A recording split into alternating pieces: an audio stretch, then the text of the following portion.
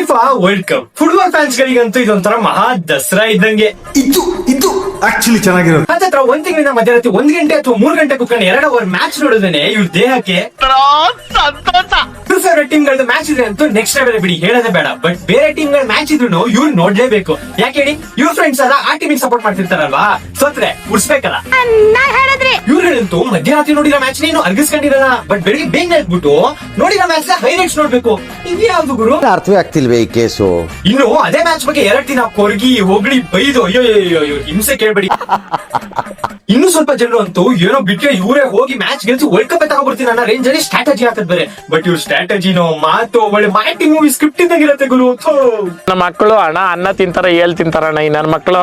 ಇನ್ನು apart from this ಇನ್ನೊಂದು legend group ಇರತ್ತಪ್ಪ. ಇವ್ರಿಗಂತೂ Ronaldo, Messi, ನೇಮಾರು ಈ 3 ಜನರು ಬಿಟ್ರೆ ಯಾರು ಕಾರಣನೇ ಗೊತ್ತಿರಲ್ಲ ಫುಟ್ಬಾಲ್ದು. ಅದನ್ನು ಯಾರು ಬೇರೆಯವ್ರು ಹೇಳಿರೋದನ್ನ ಕೇಳಿಸ್ಕೊಂಡಿರ್ತಾರೆ. ಬಟ್ ಇವ್ರಂತೂ ಇಡೀ ರಾತ್ರಿ ಕುತ್ಕೊಂಡೇನೋ ಒಳ್ಳೆ ಫುಟ್ಬಾಲ್ ಮ್ಯಾಚ್ ನ ನೋಡಿರಂಗೆ ಬಂದ್ಬಿಟ್ಟು ಪುಂಗದ್ ಬೇರೆ.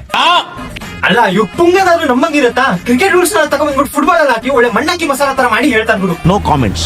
ಬಟ್ ಗೈಸ್, ಫುಟ್ಬಾಲ್ ಅನ್ನೋದು ಏನೋ ಒಂಥರ ಎಮೋಷನ್ ಇದ್ದಂಗೆ. ಎಷ್ಟೋ ವರ್ಷದಿಂದ ಸಿಕ್ಕಿದಾರೋ ಫ್ರೆಂಡ್ಸ್ ನೆಲ್ಲ ಸೇರಿಸಿ ಇವ್ರಿಗೆ ಉಡ್ಸೋದು ಇವ್ರು ಅವ್ರಿಗೆ ಉಡ್ಸೋದು ಅದನ್ನ ನೋಡಕ್ಕೆ ಏನೋ ಒಂಥರ ಚಂದ. ಸೊ ಗೈಸ್, ಫೈನಲಿ ನೀವು ನಿಮ್ಮ ಫುಟ್ಬಾಲ್ ಬಡೀಸ್ ನ ಕಮೆಂಟ್ ಸೆಕ್ಷನ್ ಅಲ್ಲಿ ಟ್ಯಾಗ್ ಮಾಡಿ, ಮತ್ತೆ ವಿಡಿಯೋ ಇಷ್ಟ ಆದ್ರೆ ನನ್ನ ಫಾಲೋ ಮಾಡಿ.